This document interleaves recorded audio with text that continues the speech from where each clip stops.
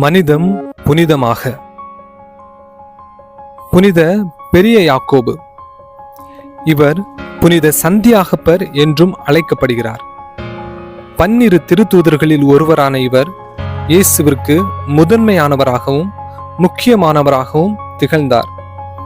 எனவேதான் நமது ஆண்டவர் இயேசு கிறிஸ்து குணப்படுத்திய போதும், வலுப்படுத்திய போதும், வல்லமை பெற்ற போதும், வலுவிழந்த போதும் தம்முடன் யாக்கோபையும் அழைத்து சென்றார். அதாவது பேதுருவின் மாமியாரை குணப்படுத்திய போதும், யாயிர் என்பவரின் இறந்த மகளுக்கு உயிர் கொடுத்து வலுப்படுத்திய போதும், தாபோர் மலையில் உருமாறி கடவுளின் வல்லமையை பெற்ற போதும், கெத்சமனி தோட்டத்தில் வலுவிழந்த நிலையில் ஜெபித்த போதும் யாக்கோபும் அவருடன் இருந்தார். இயேசுவின் அருகில் இருந்தும் உடனிருந்தும் அவரது போதனையையும் வேதனையையும் பார்த்து நற்செய்தியினை அறிவிக்க யாக்கோபு ஸ்பெயின் நாட்டிற்கு சென்று இறைப்பணியை செய்து வந்தார்.